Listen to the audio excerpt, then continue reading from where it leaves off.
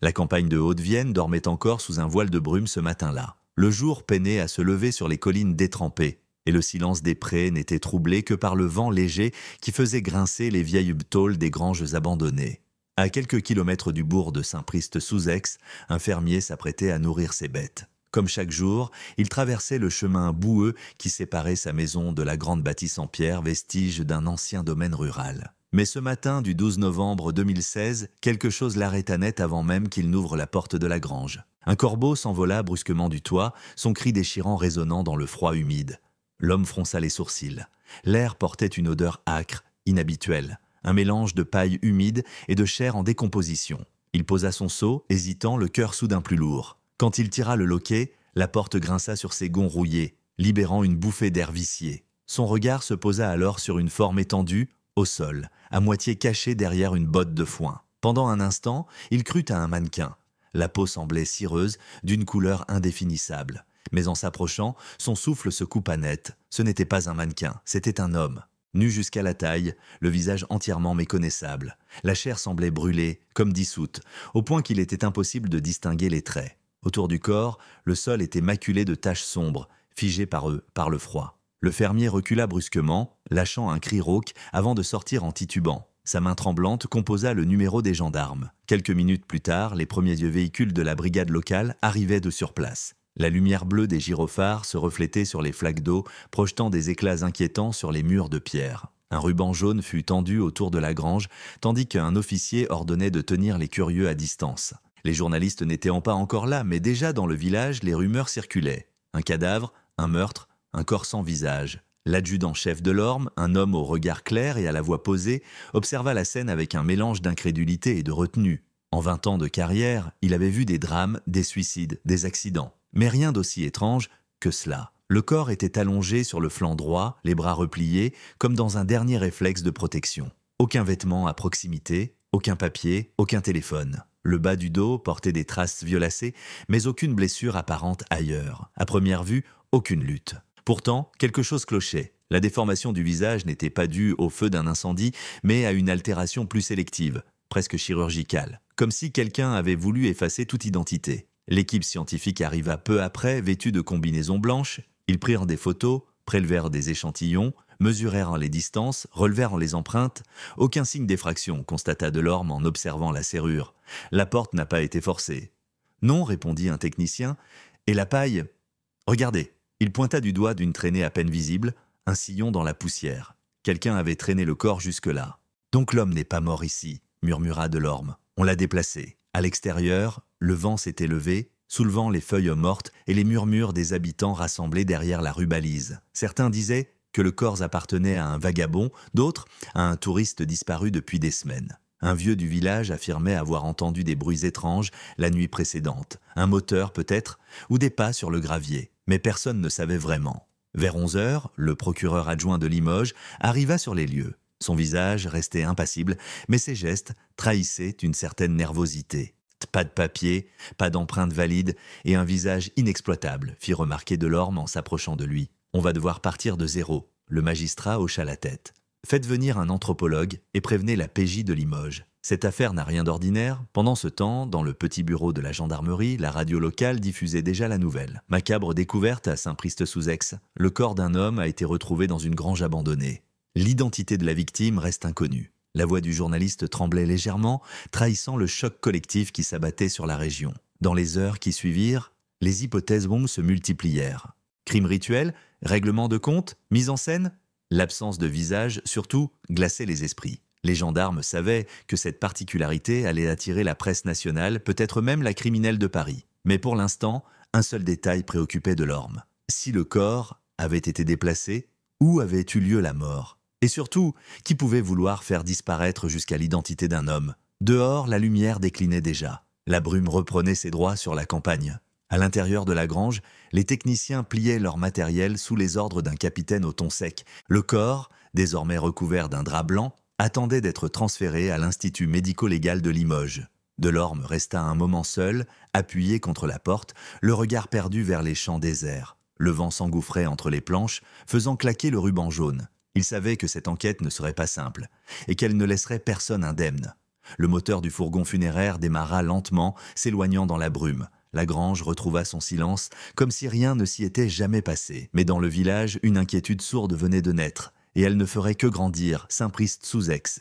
Un nom que peu de Français connaissaient avant cette affaire. Un village discret, presque effacé sur la carte de la Haute-Vienne, à une quinzaine de kilomètres de Limoges. À peine 1 millier d'habitants, des maisons en pierre claire, un clocher qui sonne encore les heures, et cette impression d'être loin de tout. Ici, les visages se connaissent, les secrets se devinent, et les rumeurs circulent plus vite que le vent. En novembre, la campagne se vide de sa couleur. Le gris s'installe sur les façades, les champs sont détrempés, les routes bordées de haies dégarnies. Les habitants, eux, vivent au rythme lent des saisons. On se salue sans se parler vraiment, on s'observe sans se juger, on partage une discrétion presque religieuse.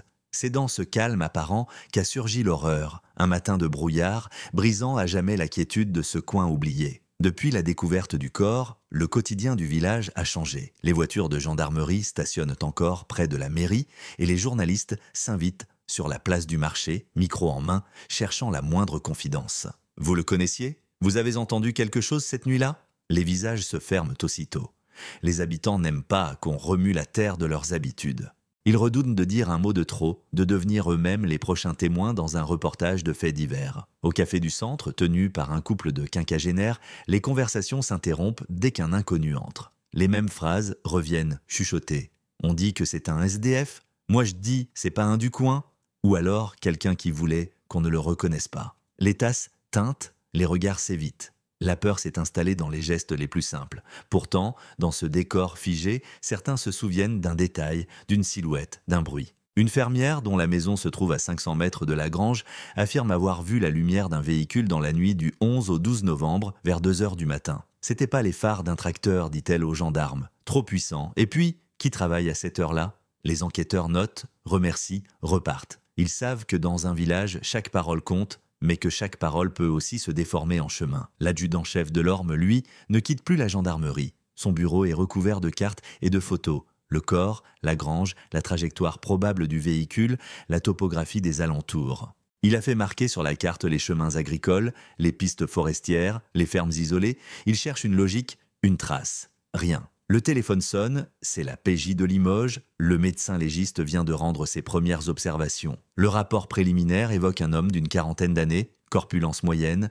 mort depuis environ 3 jours avant la découverte. Pas de fracture majeure, pas de blessure profonde, mais des marques étranges autour du visage, semblables à des brûlures chimiques. Le légiste précise que la décomposition a été accélérée par un produit corrosif, peut-être de l'acide. Aucune empreinte digitale exploitable. Les mains, elles aussi, présentent là des lésions comparables, comme si l'auteur avait voulu effacer toute possibilité d'identification. Pour Delorme, une chose est désormais certaine. Il ne s'agit pas d'un accident. Quelqu'un a voulu faire disparaître cet homme, non pas son corps, mais son identité. Et pour cela, il a pris le temps. Le choix de la grange, isolée, fermée, accessible par un petit chemin à peine praticable, n'a rien d'un hasard. Les gendarmes interrogent les habitants un à un jeune ouvrier qui travaille sur un chantier à Aix-sur-Vienne se souvient avoir croisé un fourgon blanc stationné près des bois 2 jours avant la découverte. « J'ai trouvé ça bizarre », dit-il.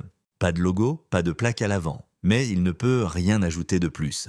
Ni le modèle exact, ni l'heure précise. Les jours passent et l'enquête avance à pas lents. Les analyses d'ADN sont en cours à Paris, mais les résultats prendront du temps. En attendant, la presse nationale s'est emparée de l'affaire. Mystère macabre dans la campagne limousine, titre Le Parisien. Un corps sans visage découvert dans une grange, la France en émoi, publie France Info.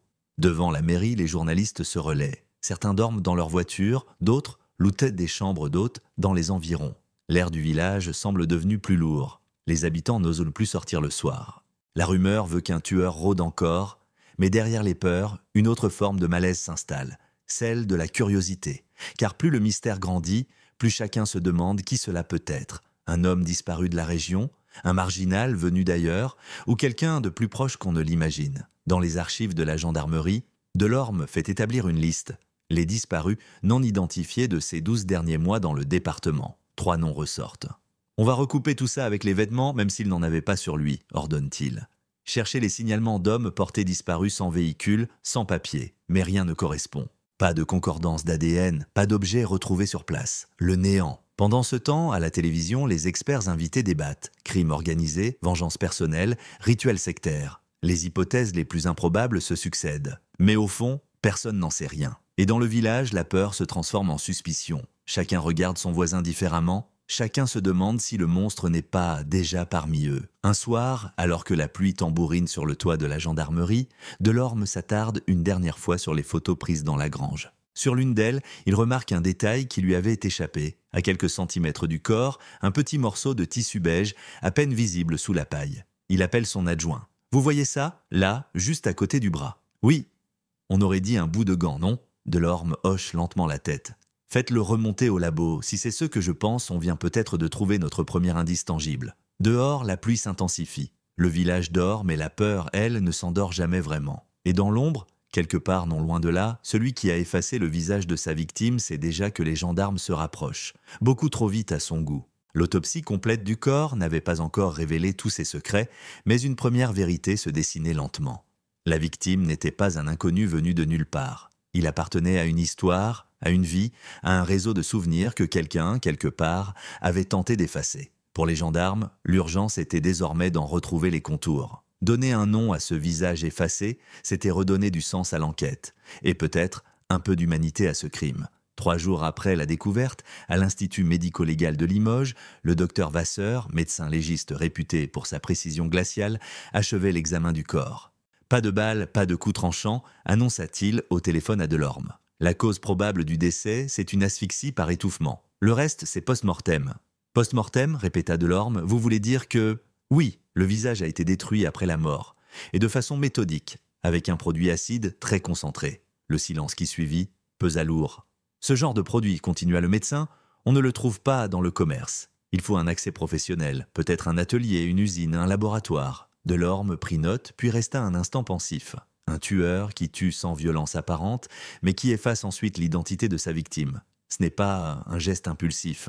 C'est une volonté, une mise en scène. Le lendemain, la PJ de Limoges transmit un élément nouveau. Les analyses ADN avaient permis d'obtenir un profil complet. Restait à le comparer avec la base nationale. Le résultat tomba en fin d'après-midi. Le nom du défunt, Laurent Périnel, 42 ans, né à Limoges, sans casier judiciaire. Un homme discret, célibataire, technicien dans une entreprise de produits chimiques à Panazol. La nouvelle provoqua un choc dans la brigade. Delorme relut le rapport 3 fois. Le lien entre le métier de la victime et la nature du produit utilisé sur son corps ne pouvait être qu'un point de départ. « Vous vous rendez compte ?» dit-il à son adjointe. Il travaillait justement avec des solvants et des acides. Ce n'est peut-être pas un hasard. Une enquête de voisinage fut immédiatement ouverte autour du domicile de Laurent Périnel, un petit appartement au 3e étage d'un immeuble sans charme à l'entrée de la ville. Le voisin du dessous, un retraité, le décrivait comme poli, sans histoire, mais un peu renfermé. Une voisine plus jeune ajouta « Il sortait toujours seul. Le soir, on entendait parfois la télé jusqu'à tard, mais jamais de bruit, jamais de visite. Dans son appartement, les gendarmes découvrirent un ordre méticuleux, des dossiers classés, des livres de chimie, quelques romans policiers. Rien de suspect, si ce n'est l'absence totale de téléphone portable et d'ordinateur personnel. Sur la table, une seule chose attira l'attention, une lettre non cachetée adressée à M. Giraud. Le contenu tenait en quelques lignes. « Je crois que j'ai fait une erreur. Je ne peux plus continuer comme ça. Si tu ne me recontactes pas, je comprendrai. Mais il faut que tout s'arrête. » La signature, à moitié effacée, correspondait bien à celle de la victime. Delorme fronça les sourcils. « Monsieur Giraud ? Qui est ce type ?» Les recherches menées par la PJ permirent de retrouver un certain Patrick Giraud, 45 ans, collègue de travail de Périnel dans la même entreprise chimique. Les 2 hommes auraient travaillé sur un projet sensible de traitement des déchets industriels. Un contrat sous-traité par une société privée, dont les activités, d'après certaines sources, manquèrent de transparence. Delorme et son adjoint se rendirent à Panazol pour rencontrer Giraud. L'homme, grand, nerveux, les accueillit dans un bureau impersonnel saturé d'odeurs, de solvants et de papier. « Oui, Laurent et moi, on se connaissait depuis des années, » dit-il. C'était un type bien, sérieux, ponctuel, un peu solitaire, mais fiable. Vous aviez des différends récents ? Non, enfin, disons qu'il était fatigué. Il se posait des questions sur le boulot. Il trouvait qu'on faisait pas toujours les choses dans les règles. Delorme le fixa, silencieux. Vous voulez dire des infractions ? Giraud soupira. J'en sais rien, mais il disait qu'il avait découvert quelque chose. Il voulait en parler à la direction. Le regard de Delorme se durcit. Et il l'a fait ? Je crois pas. Mais il avait l'air inquiet ces dernières semaines, comme s'il se sentait suivi. Cette phrase resta gravée dans la tête du gendarme, comme s'il se sentait suivi. Elle résonnait avec un autre détail relevé dans les jours précédents. Le fourgon blanc, aperçu près des bois. En fin de journée, Delorme retourna à la grange. La lumière tombait, le ciel se teintait d'un gris bleuté. Il s'arrêta devant la porte y observant le sol détrempé. Quelqu'un avait voulu que ce lieu soit le tombeau anonyme de Laurent Périnel. Mais pourquoi ici? Pourquoi à Saint-Priest-sous-Aix, à plus de 30 kilomètres de chez lui? Il fit le tour du bâtiment, cherchant encore des traces. Derrière la grange et à moitié enfoui sous la terre, il remarqua une empreinte de pneus partiellement préservée. Un fourgon utilitaire, murmura-t-il. Pneus usés, modèle ancien, le laboratoire confirmerait plus tard qu'il s'agissait d'un véhicule de type Renault Tom Master produit entre 2005 et 2010. Le même genre de fourgon que celui aperçu par le témoin. Au fil des jours, l'image de Laurent Périnel se précisa. Un homme sans histoire apparente, mais peut-être au centre d'un dossier trouble. Un employé consciencieux devenu gênant pour quelqu'un, ou peut-être un témoin involontaire d'une opération qu'il n'aurait jamais dû voir. Sa sœur, Valérie, vint reconnaître les effets personnels récupérés au domicile. En larmes, elle confia « Laurent n'était pas du genre à faire des vagues. Il vivait seul depuis toujours. Mais depuis cet été, je le trouvais différent. Il parlait de choses qu'il n'aurait pas dû savoir. Je croyais qu'il exagérait. » Elle marqua une pause, puis ajouta « Il m'avait dit une phrase étrange. Si un jour il m'arrive quelque chose, regarde du côté du travail. » Delorme resta silencieux, le regard fixé sur la table. Il comprit alors que cette affaire dépassait le simple cadre d'un crime isolé. Sous l'apparente banalité d'une vie d'employé modèle se cachait peut-être une histoire de mensonge, de silence et de peur. Et quelqu'un, quelque part, avait voulu que Laurent Périnel disparaisse non seulement de la surface du monde, mais aussi de la mémoire des hommes. Quand Delorme sortit du commissariat ce soir-là, le brouillard s'était à nouveau levé. Les lampadaires diffusaient une lumière jaune et tremblante sur les rues désertes. Il pensa à la phrase de la sœur « Regarde du côté du travail ». Et dans le froid de la nuit limousine, il sentit confusément que ce n'était que le début. Car derrière le mystère du visage effacé se dessinait peu à peu un autre visage, celui, invisible, d'une vérité que certains seraient prêts à tout pour taire. Les jours suivants, l'affaire prit une tournure plus sombre encore. Au départ, tout semblait mener vers une piste classique. Un différend professionnel, peut-être un drame personnel. Mais plus Delorme creusait, plus les contours du dossier devenaient de flous. Comme si chaque indice, découvert, ouvrait une porte sur un autre mystère, plus vaste, plus inquiétant. Au siège de l'entreprise Chimexol, à Panazol, l'ambiance était tendue. Depuis que la presse avait évoqué le lien entre la victime et la société, la direction avait fermé les rangs. Les gendarmes furent reçus dans une salle vitrée, un personnel par le directeur des ressources humaines et un avocat visiblement mal à l'aise. « Nous sommes profondément attristés », déclara ce dernier d'une voix mesurée. Monsieur Périnel était un collaborateur apprécié, mais nous ne voyons aucun lien entre son décès et son activité professionnelle. Pourtant, répondit Delorme, il travaillait sur le protocole de neutralisation des acides industriels, et c'est précisément un acide de ce type qui a été utilisé sur son corps. Un silence pesant suivit. L'avocat ajusta ses lunettes. Ce n'est pas prouvé, et les produits utilisés ici sont strictement contrôlés. Delorme nota la phrase. Trop maîtrisée, trop défensive. Il savait reconnaître la peur derrière les formules juridiques.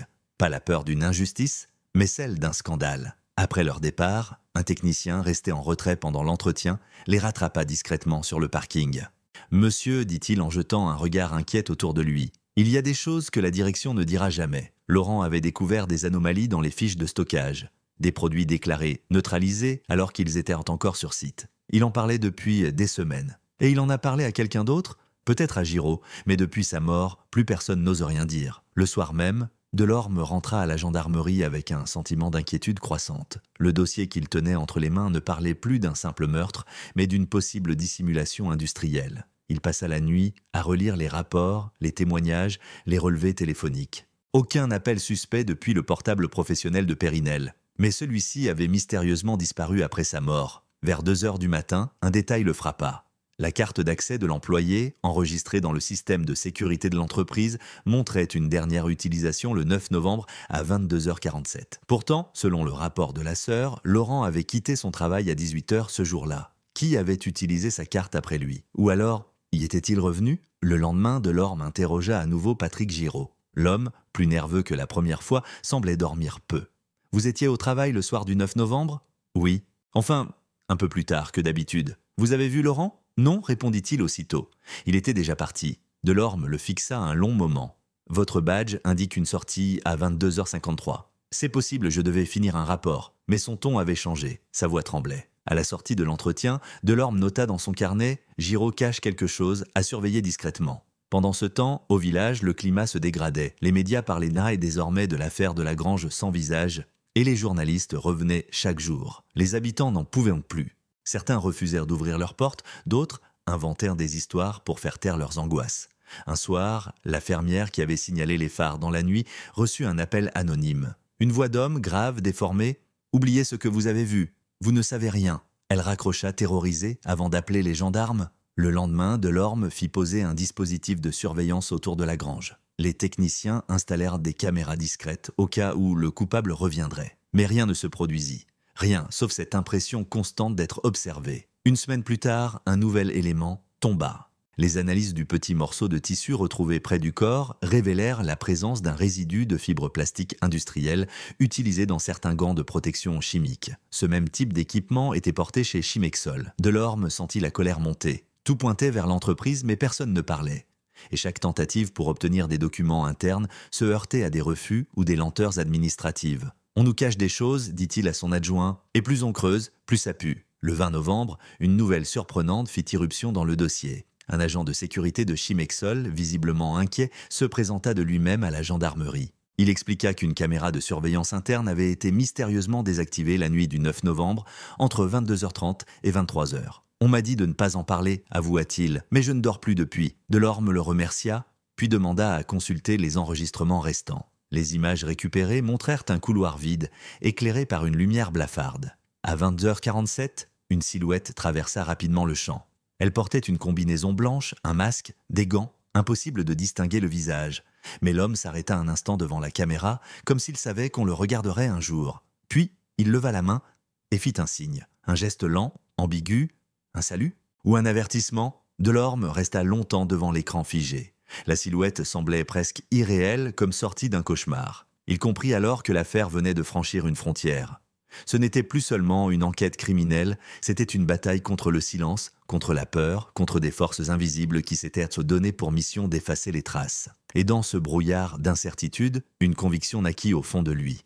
Ce qu'avait découvert Laurent Périnel avant de mourir était bien plus grave qu'un simple manquement industriel. Quelque chose que certains préférèrent voir disparaître, quitte à brûler un homme jusqu'à lui ôter visage et nom. La nuit tombait encore sur la campagne, la pluie reprenait. Dans son bureau, Delorme rangea lentement le dossier, posa son stylo et leva les yeux vers la fenêtre embuée. Au loin, les phares d'une voiture passèrent sur la route déserte. Il eut soudain l'impression que le même véhicule faisait chaque soir le même trajet.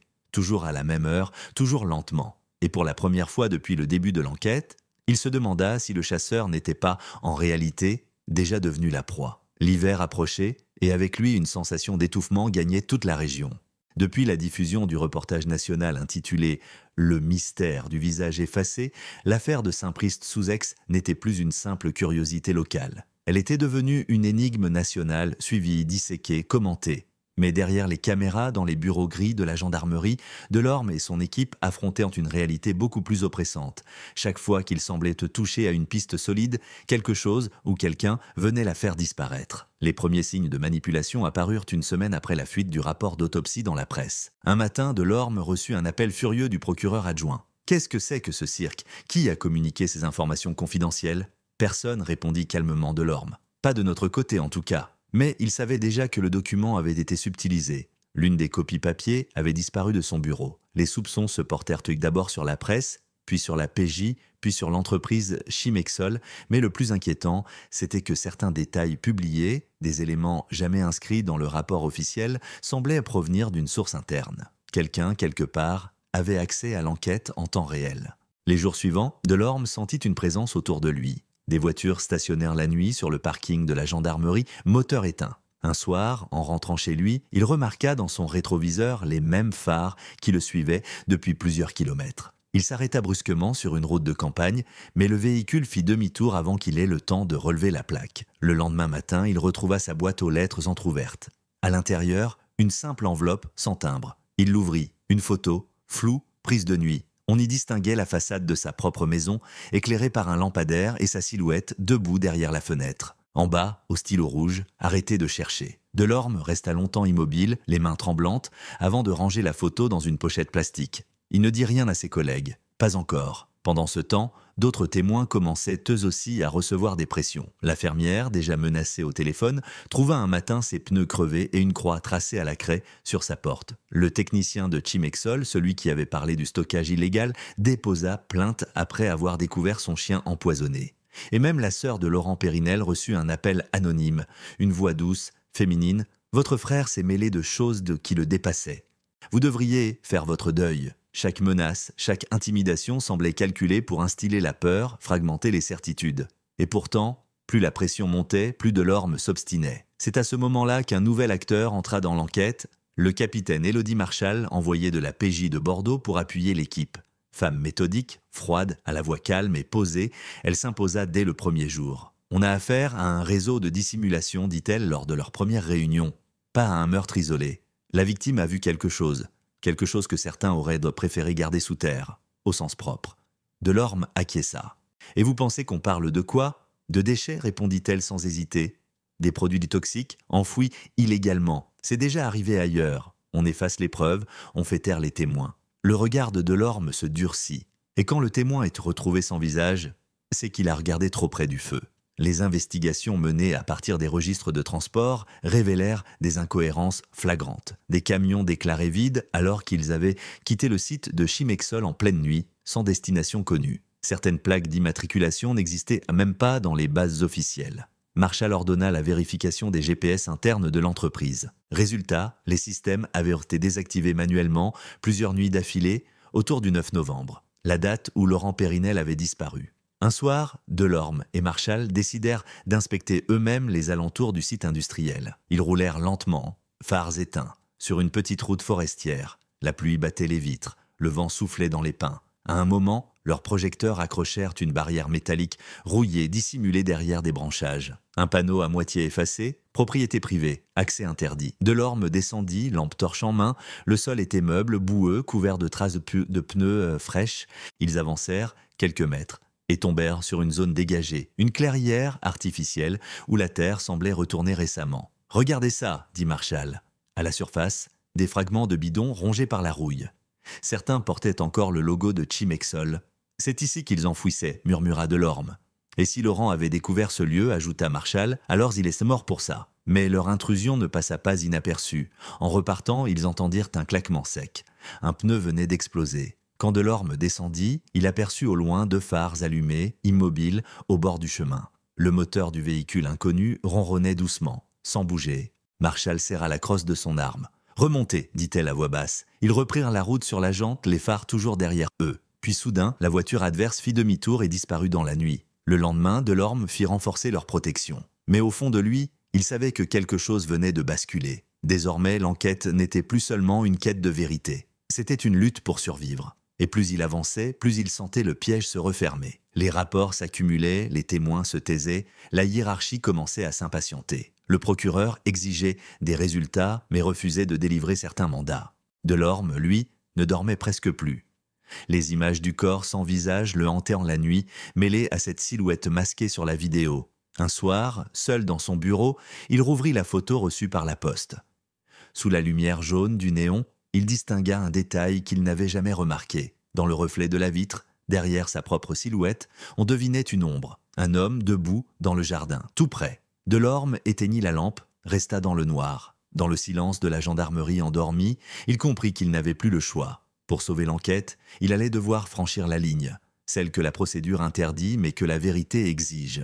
Et, au fond de lui, une intuition s'imposait. Laurent Périnel n'était pas la seule victime. Il n'avait été que le premier à tomber. La nuit du 28 novembre 2016 marqua un tournant, pas seulement dans l'enquête, mais dans la vie même de ceux qui y étaient mêlés. Cette nuit-là, la frontière entre le travail de policier et la peur viscérale s'effaça complètement, car ce que Delorme et le capitaine Marchal allaient découvrir n'avait plus rien d'une hypothèse. C'était la preuve brutale que l'ombre qu'ils poursuivaient depuis des semaines n'était pas une figure abstraite. Elle avait un visage, et elle les observait depuis le début. Le jour s'était achevé dans un froid glacial. Le ciel bas, d'un gris métallique, pesait sur les collines nues. Delorme était resté enfermé dans son bureau jusqu'à la tombée de la nuit, le regard perdu sur les photos punaisées au mur. Les fils rouges, reliant les lieux, les dates, les noms, formaient un enchevêtrement presque illisible, un puzzle de silence et de peur. Marshall entra sans frapper, son manteau encore mouillé par la pluie. « On a reçu un appel, dit-elle d'une voix basse. « De qui ?»«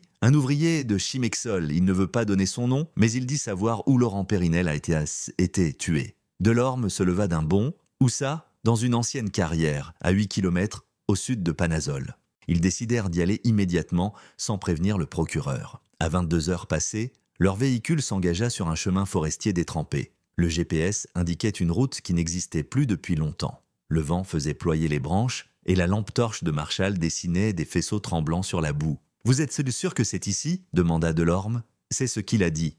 Une carrière désaffectée derrière une grille rouillée. Ils finirent par la trouver, une vaste cavité à moitié envahie par la végétation. L'endroit semblait mort depuis des décennies. Et pourtant, sur le sol, des empreintes récentes, des traces de pneus. Delorme alluma sa torche. Le faisceau accrocha une tache sombre au fond de la cavité. En s'approchant, ils découvrirent un amas de bâches en plastique maintenues par des pierres. Marshall tira dessus, sous la bâche, des bidons éventrés, des morceaux de tuyaux et une odeur insoutenable. « Des déchets chimiques » murmura-t-elle, « enterrés là. » Elle s'interrompit soudain, blême. « Attendez, regardez ça. » Sous une couche de terre, quelque chose d'autre apparaissait, un fragment de tissu beige, identique à celui trouvé dans la grange. Puis, plus bas, la forme d'un pied. Delorme sentit le froid lui remonter le long du dos. Ils creusèrent à main nue. Quelques minutes plus tard, ils mirent au jour un second corps. Décomposé et rongé par les produits, mais encore reconnaissable à un détail. Un badge métallique, rouillé, accroché à la ceinture. Patrick Giraud, Chimexol Industrie. Marshall s'écarta, le visage blême. « Mon Dieu !» Delorme resta silencieux. Tout prenait soudain un sens terrible. Le collègue de Laurent Périnel, celui qui disait ne rien savoir, avait lui aussi été éliminé. Et enterré là, au milieu des déchets qu'ils tentèrent de dénoncer. Il comprit alors que l'affaire n'était pas un simple crime. C'était un nettoyage, une purge méthodique menée par quelqu'un qui savait exactement quoi effacer et comment. À peine revenus à la gendarmerie, ils rédigèrent un rapport d'urgence.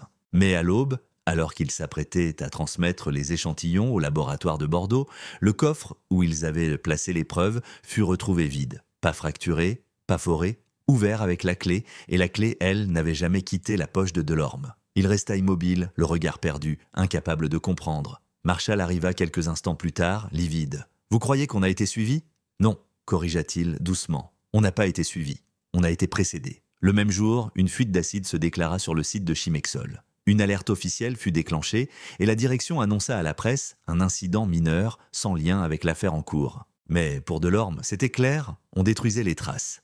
La vérité s'effaçait en même temps que les preuves physiques, et ceux qui parlaient disparaissaient. Dans l'après-midi, la sœur de Laurent, Valérie, fut hospitalisée après un accident de voiture.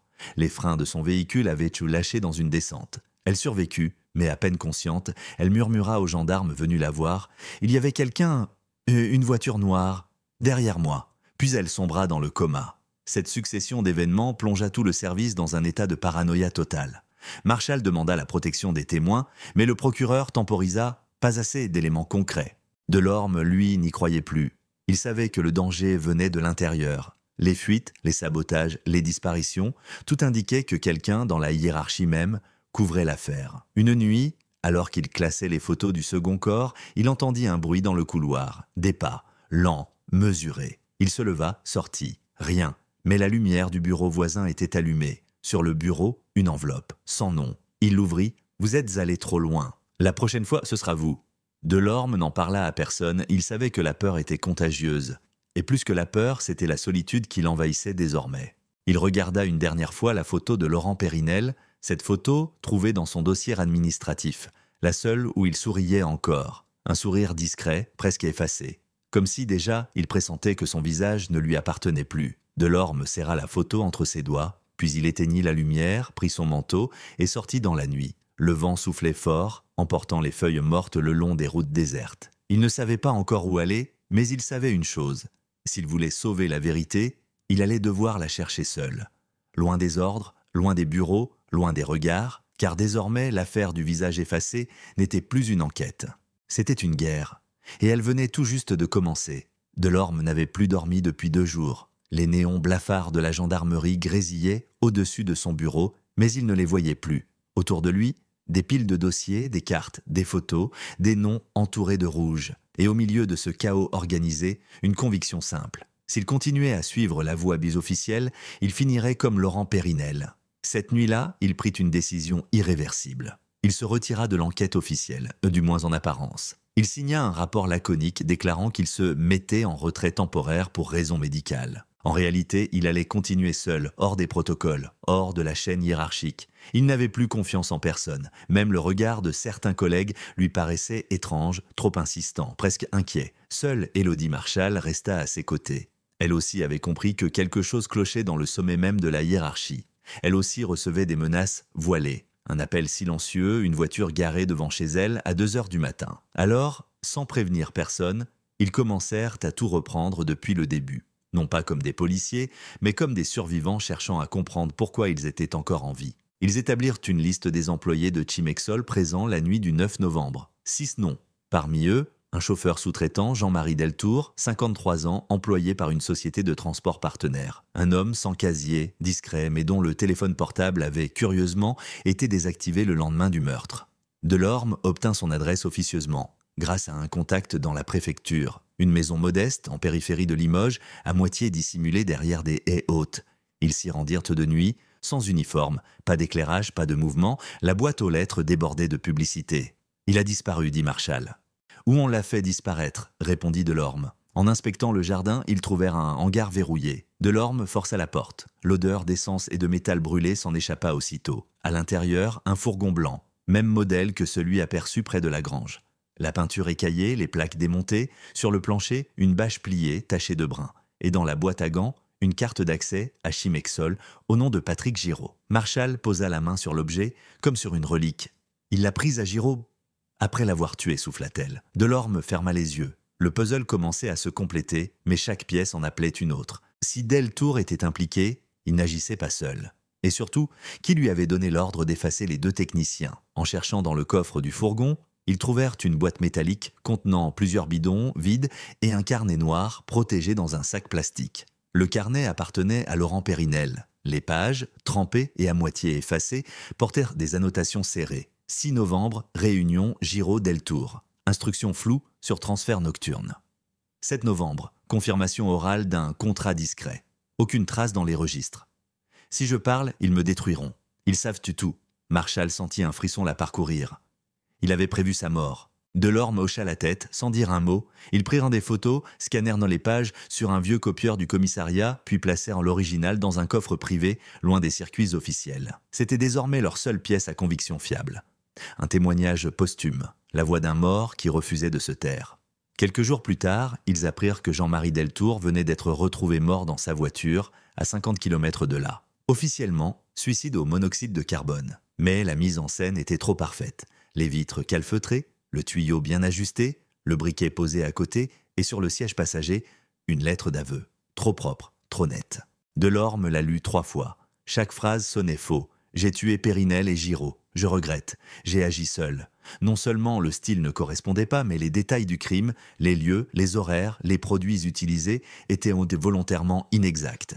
Quelqu'un avait rédigé cette lettre pour clore le dossier. À partir de là, l'enquête officielle fut suspendue. Les supérieurs de Delorme furent remerciés du dossier, remplacé par une cellule spéciale du ministère. Officiellement, l'affaire Périnel devenait un cas clos par suicide de l'auteur présumé. Mais sur le terrain, le silence s'imposait. Les témoins n'étaient plus contactables. Les dossiers étaient classés. Et les journalistes, soudain, cessèrent d'en parler. Pour Delorme, ce fut la goutte de trop. Il rassembla discrètement ses copies, ses notes, ses photos. Il voulait tout transmettre à un journaliste indépendant, quelqu'un de fiable, une vérité qu'aucune procédure ne pourrait enterrer. C'est alors qu'il reçut un message vocal. Une voix d'homme, basse, calme, presque familière. « Capitaine, je sais ce que vous cherchez, vous n'avez pas tout faux. Mais attention, la vérité n'est pas où vous croyez. Si vous continuez, c'est vous qu'on retrouvera dans une grange. » La voix se coupa. Delorme resta figé, le téléphone serré dans sa main. Il reconnut le timbre. Ce n'était pas celui d'un inconnu. C'était la voix d'un collègue, un gradé. Cette nuit-là, il comprit que l'ennemi n'était pas seulement dehors. Il portait le même uniforme que lui, et s'il voulait aller au bout, il lui faudrait affronter, non pas un tueur, mais un système, une chaîne d'intérêts, de silence et de peur. Marchal le retrouva à l'aube, assis seul sur le perron de la gendarmerie, une cigarette entre les doigts. « Alors, dit-il d'une voix rauque, on ne travaille plus pour eux. »« Pour qui alors ?» Il la regarda. « Pour lui. » Et il désigna la photo de Laurent Périnel, punaisée au mur. L'enquête venait de changer de camp. Désormais, ce n'était plus une question de justice. C'était une question de mémoire. Et ceux qui savaient que la vérité allait refaire surface commencèrent déjà à s'agiter dans l'ombre. L'hiver avait pris possession de la Haute-Vienne. Les arbres nus, le brouillard collé au sol, les routes désertes l'air du désert semblait prolonger l'écho d'un secret que la terre refusait d'avaler. Pour Delorme et le capitaine Marshall, le monde s'était rétréci. Ils ne vivaient bien plus qu'entre deux points fixes, la peur et l'obstination. Leur enquête n'existait plus officiellement, mais leur conviction, elle, s'était durcie comme le gel du matin. Ils savaient que quelque chose de colossal se cachait derrière la mort de Laurent Périnel. Ils savaient aussi qu'ils n'auraient probablement pas le droit d'en sortir vivants. Les jours passaient dans un silence oppressant. Les journaux ne parlaient plus de l'homme sans visage. La justice avait classé l'affaire, mais Delorme refusait de ranger les dossiers. Chaque matin, il revenait dans son bureau, seul, fouillant les mêmes documents, espérant y déceler un détail oublié, un fil qui n'aurait pas encore été tiré. Et un matin de décembre, ce fil apparut. Sous une pile de copies d'archives, Marshall découvrit un vieux rapport d'inspection environnementale daté de 2013, signé d'un certain inspecteur Roland. Le document évoquait déjà des irrégularités dans la gestion des déchets chimiques de lait de Chimexol. Plus troublant encore, le rapport avait été archivé sans suite, classé sans objet par la Direction régionale de l'environnement. Mais à la dernière page, une annotation manuscrite attira l'attention. Avertit la hiérarchie. Dossier sensible. Ordre de stopper la procédure. Regardez, dit Marshall en soulignant le paraphe illisible au bas de la note. Delorme plissa les yeux. C'est une signature. Il prit une loupe. Le nom devint clair. Commandant Lenoir, son supérieur direct à la gendarmerie. Un frisson le traversa. Tout à coup, les fuites, les sabotages, les menaces prenaient un sens précis. Le poison venait de l'intérieur. Ils décidèrent de ne plus rien enregistrer sur les serveurs officiels. Leurs communications passèrent par des téléphones jetables, leurs rendez-vous se faisaient dans des cafés de bord de route à des heures irrégulières. C'est dans l'un de ces lieux, un bistrot isolé à la sortie de Limoges, qu'ils rencontrèrent Roland, l'ancien inspecteur, aujourd'hui à la retraite. Un homme aux traits tirés, usés par les années de silence. Il accepta de parler, à condition qu'ils éteignent leur téléphone. « Oui, j'ai rédigé ce rapport », avoua-t-il en regardant autour de lui. « Et on vous a forcé à le classer » demanda Marshall. « Pire, on m'a menacé. Ma femme a reçu une lettre, une photo de notre fille à Moissy à la sortie de l'école. » Il inspira lentement, avant d'ajouter « J'ai compris que Chimexol n'était qu'une façade. Les déchets venaient d'autres entreprises plus haut placées. On les faisait disparaître ici, loin des yeux, loin des lois. Et Périnel, il a mis le nez dedans. Il a découvert un dossier informatique, un registre parallèle. Il devait le remettre à un journaliste. Où est ce registre ? Roland eut un sourire triste. Je croyais qu'il l'avait détruit. Mais s'il est mort, alors quelqu'un l'a pris. En rentrant, Marshall resta silencieuse tout le long du trajet. Delorme, lui, serrait le volant à s'en blanchir les jointures. Il savait désormais ce qu'il cherchait. Un disque dur. Un simple support, mais contenant sans doute la vérité sur toute l'affaire. En fouillant les photos du fourgon de Deltour, ils remarquèrent un détail qu'ils avaient été négligés. Un boîtier gris, dissimulé sous le siège passager, partiellement fondu par la chaleur. Les techniciens l'avaient pris pour une pièce métallique. Mais, après vérification, il s'agissait bien d'un disque dur externe. Et contre toute attente, malgré les dommages, il fonctionnait encore. Ce qu'ils découvrirent en l'ouvrant dépassait leurs pires soupçons.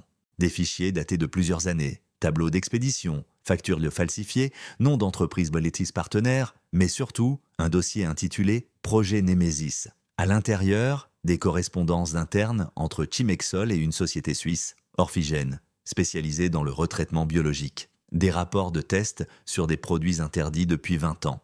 Des transferts bancaires vers des comptes offshore au nom de sociétés écrans. Et un nom revenait sans cesse, Commandant Lenoir. Delorme sentit la nausée le gagner. Il lut à voix haute « Lenoir confirmera neutralisation des preuves. En échange, prime de 60K.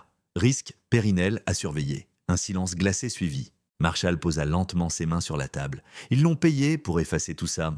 Et quand Périnel a parlé, ils l'ont fait taire, » conclut Delorme. Le poids de la révélation les écrasa, mais à mesure que la peur s'installait, un autre sentiment naissait, la colère. Ils tenaient la clé de tout, et cette fois, ils n'allaient pas la remettre à la justice. Ils décidèrent de transmettre les données à un journaliste d'investigation, Lucas Morel, de France Documentée, connu pour ses enquêtes sur la corruption industrielle. Le rendez-vous fut fixé pour le 18 décembre, à minuit, sur un parking isolé à la sortie de Limoges. Il devait lui remettre le disque et disparaître ensuite. Mais rien ne se passa comme prévu. Lorsque Delorme arriva, les phares du journaliste étaient déjà visibles. Il fit un signe, marcha vers lui. Un cri retentit. Marshall, resté près du véhicule, vit Morel s'effondrer soudain. Une détonation sèche dans la nuit, un tir précis. Delorme se jeta derrière la voiture, un second tir fit éclater le pare-brise. Les lumières d'un autre véhicule surgirent tard de la forêt, puis disparurent aussitôt. Quand le silence revint, Morel gisait à terre, le front ensanglanté. Le disque dur avait disparu. Delorme resta agenouillé près du corps, incapable de bouger. Marshall tenta d'appeler des renforts, mais la radio était brouillée. Ils fuirent à pied, coupant par les bois, traqués par le bruit des moteurs. Cette nuit-là, quelque chose en eux se brisa définitivement. Ce n'était plus une enquête. C'était une fuite. Et la vérité qu'ils avaient tenue entre leurs mains venait, une fois encore, de disparaître dans la poussière et le sang. Au petit matin, ils se réfugièrent dans une maison abandonnée à la frontière de la Creuse. Delorme, le visage couvert de boue, murmura « Ils ont effacé Périnelle ». Marshall le regarda longuement. « Et maintenant, c'est à nous ». La neige commençait à tomber sur les collines. Le monde autour d'eux se refermait lentement. Mais au fond de leurs yeux, une lueur persistait, celle de la rage froide de ceux qui n'ont plus rien à perdre. Car il leur restait encore un détail, un seul, que leurs ennemis ignoraient. Avant de quitter la gendarmerie, Delorme avait fait une copie du disque dur. Une copie cachée quelque part. Et tant qu'elle existait, la vérité respirait encore. Le 5 février 2017. 3 mois s'étaient écoulés depuis la découverte du corps sans visage dans la grange de Saint-Priest-sous-Aix. La France semblait avoir oublié. Les journaux parlaient désormais d'autres drames, d'autres scandales, d'autres victimes. Mais pour ceux qui avaient survécu à l'affaire, le silence médiatique n'était qu'une illusion. Sous la surface, le brasier continuait de couver. Et il allait bientôt tout dévorer. Delorme vivait reclus depuis plusieurs semaines, changeant de lieu chaque nuit. Marshall, blessé lors de la fuite de décembre, s'était réfugié chez une amie à Bordeaux. Tous deux savaient que leur temps était compté. Le disque dur, celui qui contenait les preuves du projet Némésis, existait encore, ou plutôt sa copie. Delorme l'avait dissimulé dans un lieu que personne ne penserait à fouiller. La tombe de son père, au cimetière de Saint-Junien. Un simple boîtier enfoncé dans la terre, sous la dalle fissurée. Ce matin-là, il reçut un message crypté de Marshall. « Le procureur Parmentier veut nous voir. Il dit qu'il peut rouvrir le dossier. » Delorme hésita. Il connaissait Parmentier. Un homme droit mais prudent, trop prudent. Pourtant, c'était leur seule chance de faire ressurgir la vérité. Le 7 février, dans un bureau anonyme du palais de justice de Limoges, la rencontre eut lieu. Parmentier les écouta longuement, sans les interrompre. Lorsqu'ils évoquèrent la corruption, les menaces, le meurtre du journaliste, il pâlit. Mais lorsqu'ils prononcèrent le nom du commandant Lenoir, il se figea. « Vous êtes conscient de ce que vous dites ?» murmura-t-il. « On ne l'affirme pas, répondit Marshall. On le prouve. » Elle sortit une clé USB, la copie du disque. Parmentier la prit, hésitant, puis l'inséra dans son ordinateur. Pendant plusieurs minutes, seuls les clics de la souris rompirent le silence. Puis il souffla. « Si c'est vrai, ce n'est plus une enquête locale, c'est une affaire d'État. » 2 semaines plus tard, une information judiciaire fut ouverte à Paris. Sous la pression des documents, le parquet national financier s'empara du dossier. Les premiers mandats tombèrent, dirigeants de Chimexol, intermédiaire suisse, responsables administratifs. Puis, inévitablement, le nom de Lenoir apparut dans la presse. Officier de gendarmerie soupçonné d'avoir couvert un trafic de déchets toxiques et des homicides. L'arrestation du commandant eut lieu dans le calme apparent d'un matin de mars. Les images tournées par les chaînes d'infos le montrèrent menotté, tête basse, entouré d'hommes qu'il avait commandés pendant 20 ans. Mais derrière les caméras, une colère sourde montait dans les rangs. Certains refusaient d'y croire, d'autres crachaient sa trahison. Delorme, lui, ne ressentit rien, juste une fatigue immense. Le procès s'ouvrit en octobre 2018 à la cour d'assises de la Haute-Vienne. Un dispositif exceptionnel fut mis en place. La salle comble, les visages tendus, les caméras tenues à distance. Sur le banc des accusés, 4 anciens cadres de Chimexol, un avocat d'affaires suisse, et Lenoir, impassible dans son uniforme bleu marine qu'il avait exigé de porter par respect pour l'institution. Les débats furent longs, éprouvants, presque insoutenables. Marshall témoigna la première. Sa voix resta ferme, malgré la tension palpable. Elle raconta les menaces, les preuves volées, la fuite, le meurtre du journaliste. Puis ce fut au tour de Delorme. Il déposa calmement le carnet noir de Périnelle sur la barre, comme on dépose une urne funéraire. Cet homme, dit-il, voulait simplement qu'on respecte la loi. Un silence de plomb tomba sur la salle.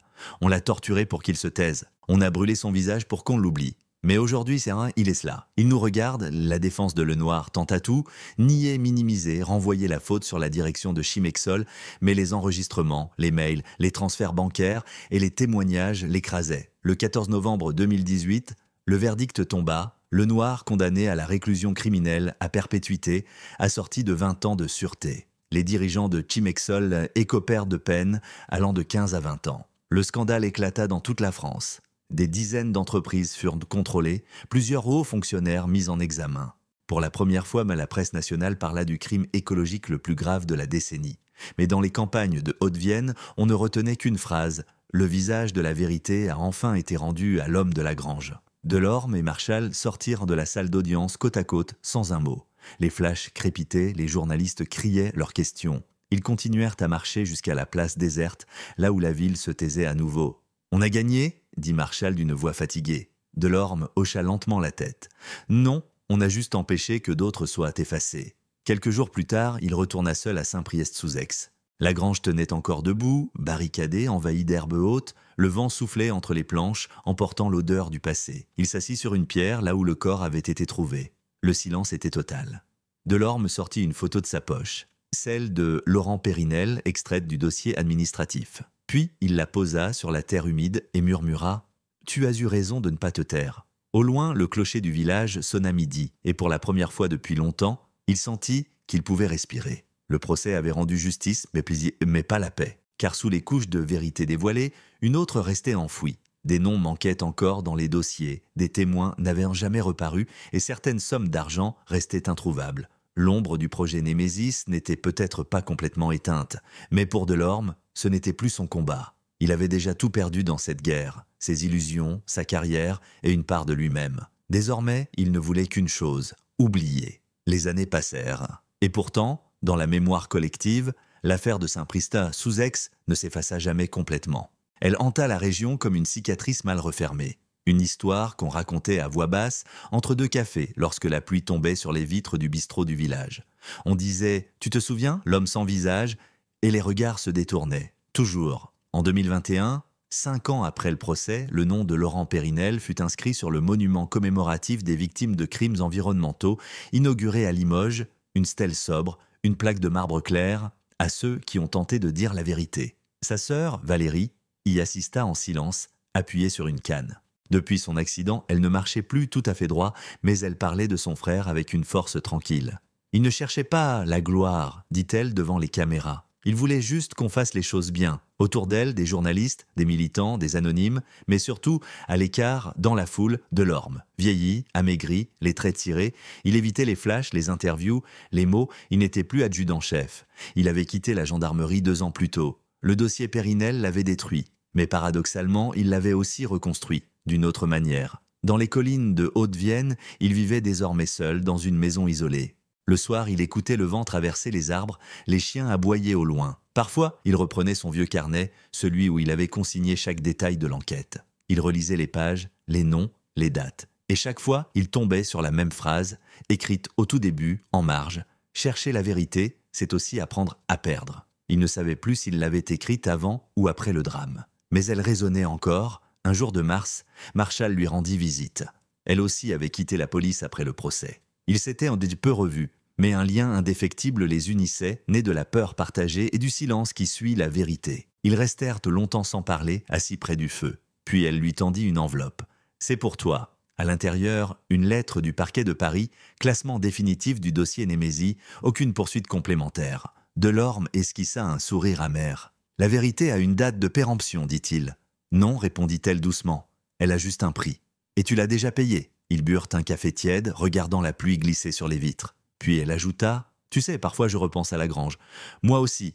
Tu crois qu'il a souffert ?» Delorme fixa le feu, longtemps avant de répondre, pas autant que ceux qui ont dû survivre. Quelques mois plus tard, le village décida de raser la vieille grange. Elle tombait en ruine, envahie par les herbes. Mais avant la démolition, une équipe de télévision vint tourner un reportage sur les lieux. Le présentateur parlait de mémoire, de justice rendue, de devoir de vérité. Et dans le champ de la caméra, derrière le ruban de sécurité, un vieil homme observait la scène sans dire un mot. Delorme. Il resta jusqu'à la fin, jusqu'à ce que les murs s'effondrent dans un nuage de poussière. Et quand le silence revint, il s'approcha lentement, posa sa main sur une pierre encore tiède et murmura « C'est fini ». Mais au fond de lui, il savait que rien n'est jamais vraiment fini. Les années suivantes, plusieurs documentaires furent produits. Des livres parurent, des débats télévisés reparlèrent du scandale Chimexol. Certains saluèrent l'enquête exemplaire de la gendarmerie. D'autres dénoncèrent la lenteur de la justice. Mais aucun ne put raconter ce que Delorme et Marshall avaient vraiment vécu, parce qu'aucun micro, aucune caméra ne peut saisir le bruit du silence. Ce silence qui suit les morts, les menaces et la peur. Au printemps 2024, un jeune journaliste envoya une lettre à Delorme. Il préparait un nouveau documentaire sur les lanceurs d'alerte oubliés. Il voulait son témoignage. Delorme ne répondit pas. Mais il joignit à la lettre un petit paquet, une clé USB. Dessus, un seul dossier protégé par un mot de passe. Nom du dossier, l'homme sans visage, vérité intégrale. Il savait que, tôt ou tard, quelqu'un reprendrait le flambeau, que la vérité, même étouffée, finit toujours par trouver une bouche pour parler. Peut-être pas la sienne, mais une autre. Un soir d'été, alors que le soleil se couchait sur les collines, Delorme se promena jusqu'au vieux cimetière. Devant la tombe de Laurent Périnel, il s'arrêta. Le marbre luisait sous la lumière dorée. Il sortit une cigarette qu'il ne prit même pas la peine d'allumer. Le vent était doux, presque apaisé. « Tu vois, dit-il à voix basse, ils savent maintenant. Pas tous, mais assez. » Il sourit faiblement. C'est tout ce qui compte. Puis il tourna les talons, lentement, et s'éloigna sur le chemin de terre. Derrière lui, la lumière du soir caressait la stèle, et le nom gravé dans la pierre semblait luire une dernière fois avant de se fondre dans le crépuscule. Ainsi s'achevait l'affaire de l'homme sans visage, non pas comme un simple fait divers, mais comme une fable tragique sur la peur, le courage et la mémoire. Une histoire où la vérité, mutilée, avait fini par retrouver son visage. Et dans le silence des campagnes françaises, on dit parfois encore, les soirs de brume, il y a des morts qu'on ne peut pas enterrer.